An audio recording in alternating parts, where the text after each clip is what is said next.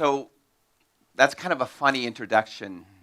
It makes it sound like we're doing all these big activities, but in fact, the most important things we do are the stuff that doesn't happen these 2 or 3 days. So we've had some great competitions and heard some great pitches over the last couple of days and some great speakers today, but actually, I want to step back a little bit and talk about the world that we live in all the rest of the time, because I hope it matches all the stories we've been hearing from the speakers today. Did you guys like the speakers we've had? Were they good? Yeah. Actually, we didn't invite them for you. We invited them because we wanted to hear them, and we did a great job. Thank you. Because this story, the story you've heard over and over and over, is really a story about willing to get out into the world, whichever world you live in, and look around. Okay, and so I want to put that in a little bit of context of some activities, but most importantly, about mindset. We try to talk about mindset all the time, and we've got a lot of great examples from today. So we'll put the slides back on. Okay, Bangkok Makerspaces is the title of my talk, right? Everyone is making makerspaces these days. But I want to emphasize something underneath that, what we call step 0, or explore forever. Okay? So what is a makerspace? Well, there are these maker fairs. These are all from Thailand, by the way, so you don't have to go out of the world anymore. This is a maker fair here in Bangkok, and you can go to a makerspace. A makerspace has to have a 3D printer. This one has a 3D printer. Or you can get some fancier ones. You know, this is TK Park. And these are springing up all over the place, and they're great places to go and create things. Okay? But I also want to make sure that we view the makerspace from a completely different perspective.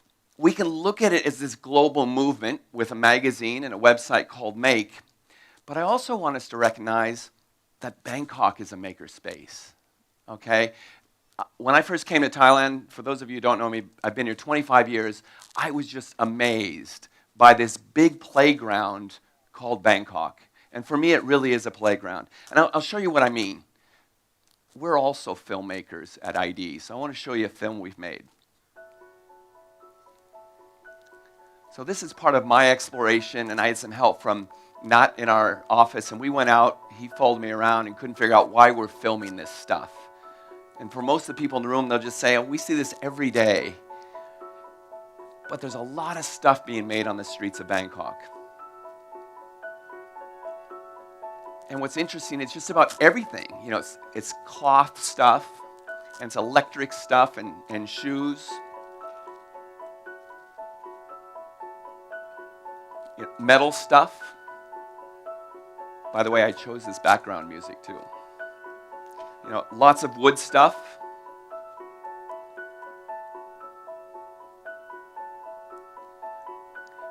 And when I started looking around Bangkok the very first time, and even today, I never tire of exploring Bangkok or any other city. I always find stuff, I think, I could make almost anything I wanted right here. Or I could find somebody who could help me make almost anything I wanted right here. And I was amazed by those possibilities. And so, while I think it's great that these maker spaces are popping up, I also want to recognize all the great stuff that's happening in a city, because that talks about our explore mindset. And that's really what I want to show you here.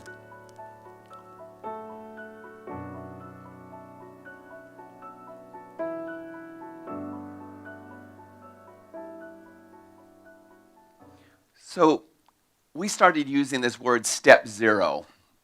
And there's a couple reasons we use the step 0, but one reason that I use it is a little bit to make fun of the fact that everybody's looking for a process. Okay, now we happen to have a process called 24 steps that we use at IDE, but there's so many processes out there. Step this, step this, step this, step this. And if you do those things, you will have an innovation. And unfortunately, what all of those processes miss is the very most important step, which we call step 0, and which I think you're going to find in a few minutes was captured by all of the great stories that we've been listening to today.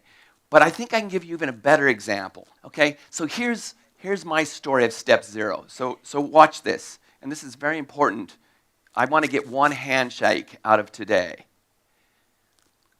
So if you're making a science fiction film soon, I can help you do the special effects. So I need one handshake from our Lao movie director. Check out these special effects that we've done.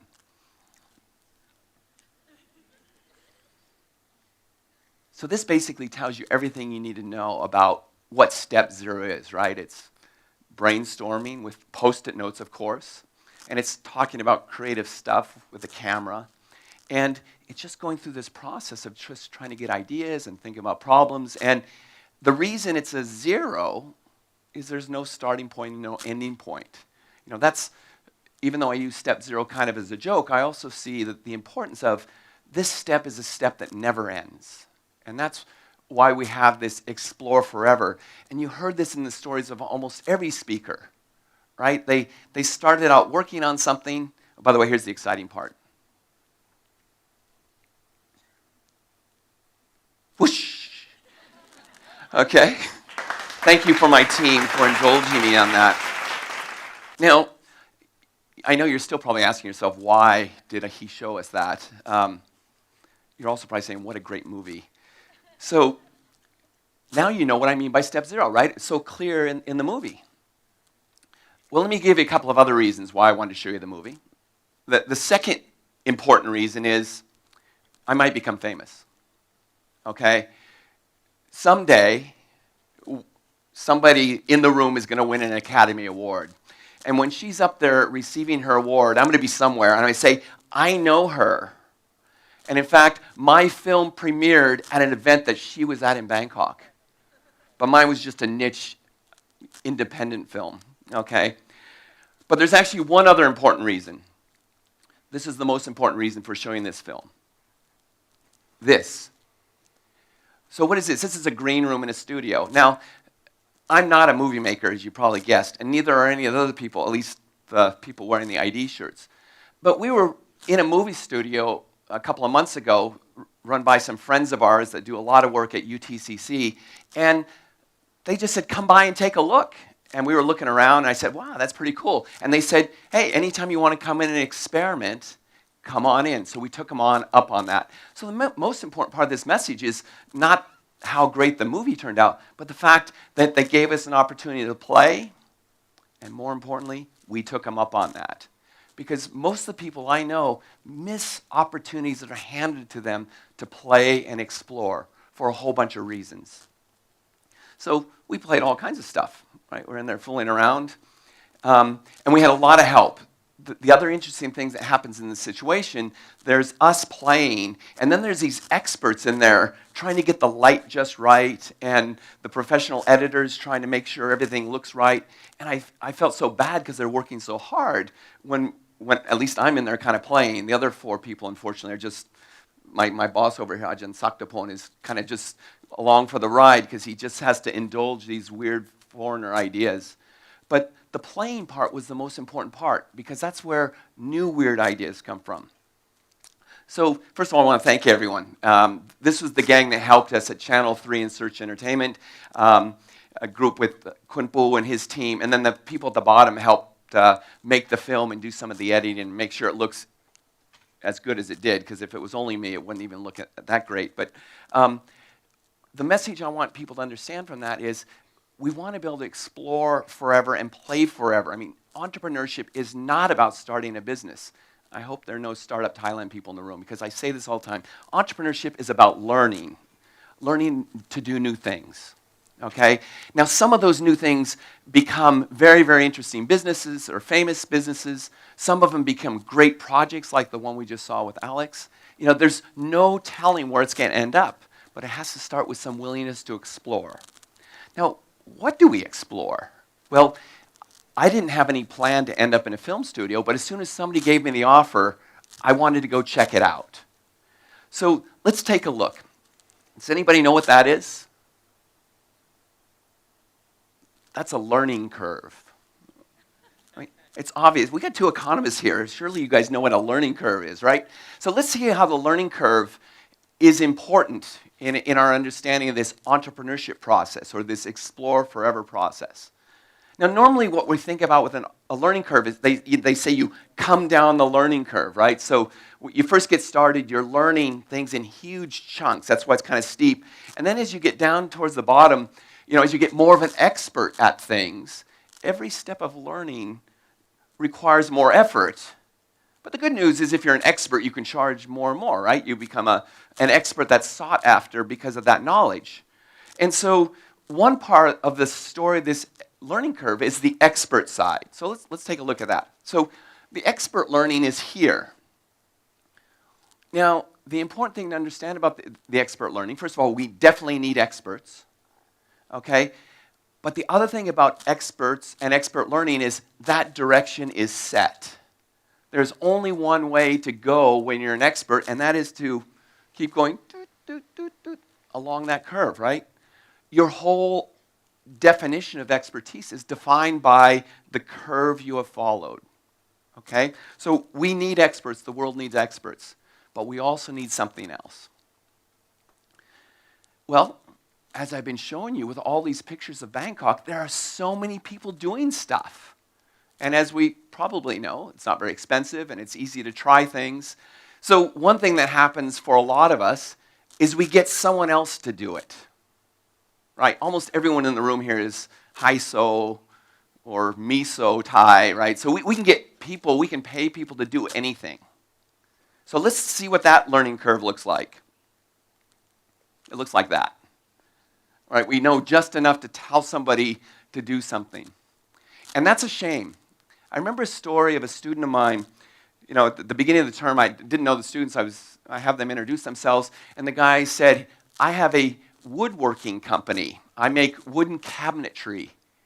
And I said, you do? Wow, that sounds really, really cool. Where'd you learn to do woodworking? He goes, oh, I just hire the people. I don't know anything about wood. I thought, how do you run a business that way? But of course, we know we can hire anybody. But that's where we give up the opportunity to try anything new because we're not learning how to cut wood and drill holes in it. So when we get back to our learning curve, the part that's important for the entrepreneurs is that part up there. Every story you've heard about today, whether it was musicians for people with disabilities, or new types of indicators for food, or the thought of applying a blockchain to food supply chains, or a new type of filter, or even a project to help the environment or help kids appreciate the environment, it's up in this area. Like my famous film producer is going to shake hands with me because of my science fiction skills will tell you, right, we don't know where it's going. I agree with you. We don't necessarily have the goal set. But up in here, we can play. Okay, up in here, I can get into a green room and know a little bit more about a film than I did before. Why do we need to do that? Well, entrepreneurs innovate differently than companies. So companies, and the problem is we're used to seeing big company innovation. Bigger, faster, cheaper, more efficient, better, all of this stuff. But those forms of innovation, as valuable as they are built into existing systems. And by the way, this makes sense. I say this all the time to people. This kind of innovation makes sense. Companies can innovate profitably, come up with new products, sell to new customers. This makes sense. Most of what we were listening today makes no sense. That's why they're here. I love people who don't make any sense. Let me give you some examples. We've heard great examples all day. I'm going to give you a few more. Some of you who have worked with me will know some of them. But the making no sense part, that's the real opportunity for an entrepreneur. So for example, we have to do a Steve Jobs example. Anything on innovation, we have to do Steve Jobs. It's probably a younger crowd, but believe it or not, that's the way computers used to look. When I was a kid, that's what we used to program. And why not, right? All you needed was to process information. Meanwhile, in a different part of the world, there were people who wrote stuff like that. These guys never talked to each other. These guys were proud of their ink and their pens and their paper. These guys were proud of their information. Okay? Well, this one weird guy came in and brought them together, and that was what became one of the first Macintoshes. I mean, today it looks pretty primitive, but that is what the pieces were coming together. And later on, Steve Jobs did the same thing. Boxy computers, why not make them colorful? It makes no sense to have a colorful computer, okay? But it was a change that people loved. Now, I also want you to know that people do a lot of things that don't make sense in Thailand. I know you find that hard to believe, but that's one of the things I love about being in Thailand is so many things don't make sense.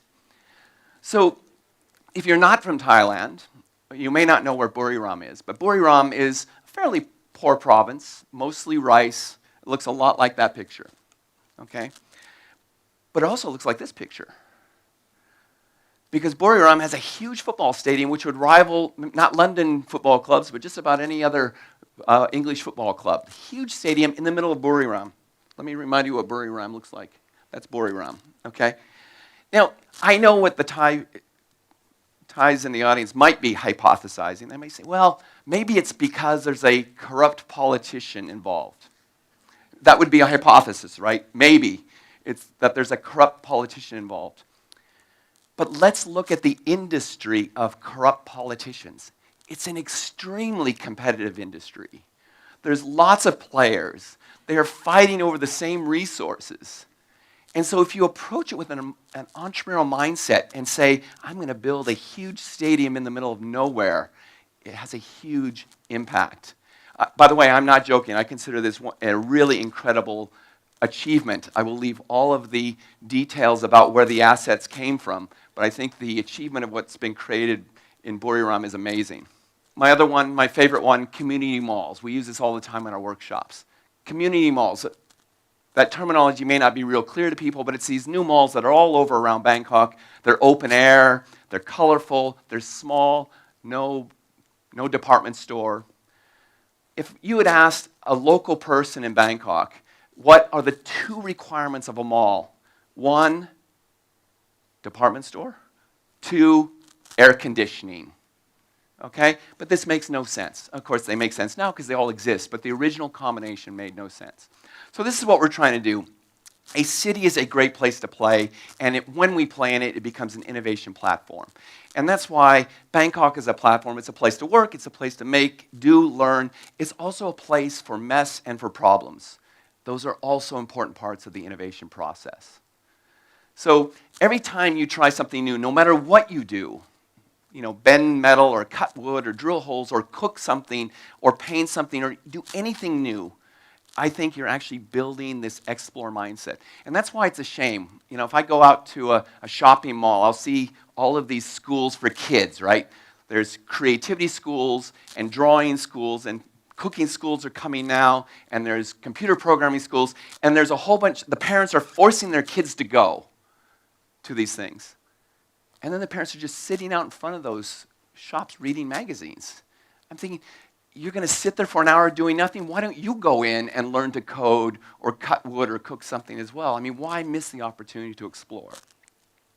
So this is what we try to do. If you're going to do anything with us, we're going to force you out. The teams in the room know. We do it with our researchers. We do it in our boot camps, and we do it with the teams who come to the competitions. And the main reason for that, if any of you have done design thinking, you've seen this process, right? This idea of divergent messiness and coming back to convergence.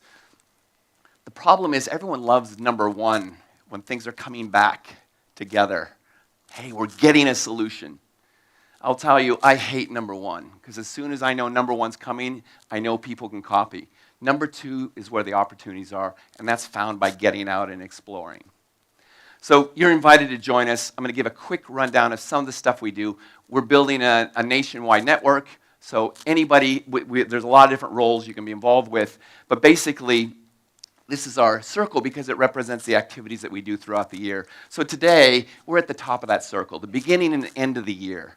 It's a whole bunch of big events, but we think that the stuff we do around the rest of the year is the most exciting stuff. It's the boot camps, the workshops, and our accelerator where we get a chance to really explore and try things that don't make sense.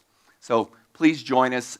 Wherever you are, we just had a great node meeting a couple days ago. We've got people from all over Thailand. Some are from the science, some are from Foodnopolis, but some are from small communities around the country. Hopefully there's one who's now an environmental community center who would like to join our network. Also, if you like this stuff, we do a lot of stuff with MIT. I want to put a quick plug in that MIT GSW is here, so if you're interested in the MIT startup process, you can see what's going on. Yep, there it goes. Okay. And finally, thank you very much for joining us.